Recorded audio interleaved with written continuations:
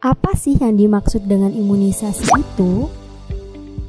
Imunisasi adalah cara untuk memperkuat sistem kekebalan tubuh pada bayi sehingga dapat kebal terhadap serangan kuman penyakit, baik itu bakteri, virus, jamur, parasit, dan lainnya.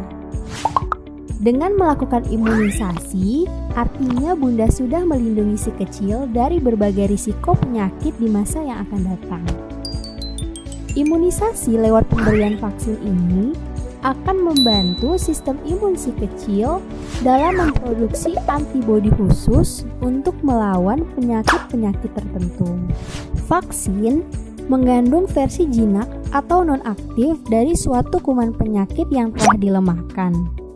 Setelah masuk ke dalam tubuh, kuman jinak ini tidak akan menyebabkan penyakit, tapi justru membiarkan sistem imun si kecil mengenali dan mengingatnya sebagai suatu ancaman. Nah, setelah itu, sistem imun si kecil akan membentuk antibodi yang secara spesifik bekerja melawan jenis kuman tersebut, dan ketika nanti ada kuman yang masuk ke dalam tubuh si kecil, sistem imunnya sudah siap membunuh dengan antibodi khusus yang didapatkan dari imunisasi. Hal inilah yang membantu anak terlindungi dari berbagai macam penyakit berbahaya.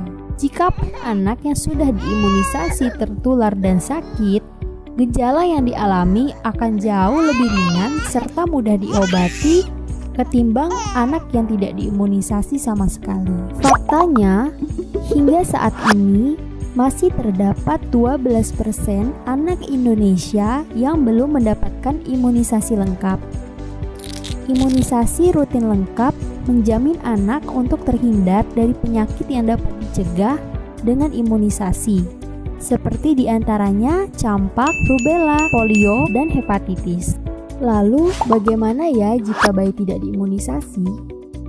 Jika tidak mendapatkan imunisasi, maka bayi akan lebih berisiko tertular dan mengalami sakit yang lebih parah.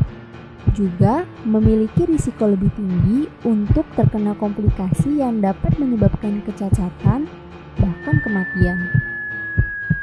Selanjutnya, apa saja ya imunisasi yang wajib didapatkan pada bayi di bawah 1 tahun? Nah, di Indonesia sendiri, setiap bayi di bawah umur 1 tahun wajib melengkapi 5 jenis imunisasi dasar, termasuk hepatitis B, vaksin polio, vaksin TBC atau BCG, vaksin campak, dan vaksin kombinasi pentavalen DPT, HB, dan HIV.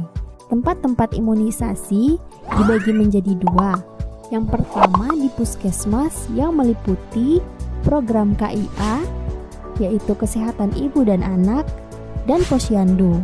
Kemudian di luar puskesmas dapat didapatkan di rumah sakit, di dokter anak, dokter umum, dokter spesialis kebidanan, maupun di bidan. Apakah imunisasi aman ya dok? Benar. Buktinya, hampir setiap hari jutaan bayi dan anak diimunisasi di seluruh dunia. Terdapat institusi resmi di semua negara yang menyatakan bahwa imunisasi aman. Apakah imunisasi bisa menimbulkan bengkak, kemerahan, nyeri, dan demam?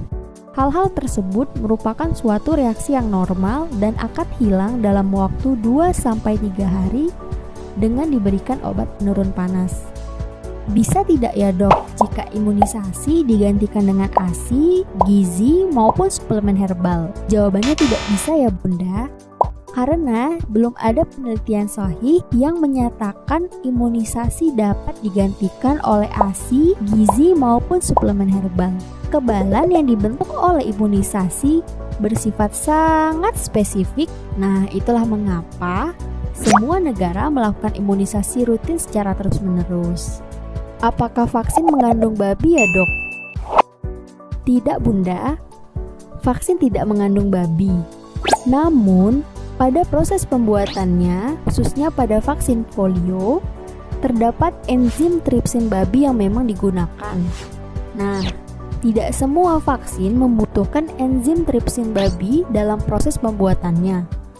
Lagi pula, Enzim yang digunakan ini harus dibersihkan atau dihilangkan, sehingga tidak mengganggu tahapan proses produksi vaksin selanjutnya.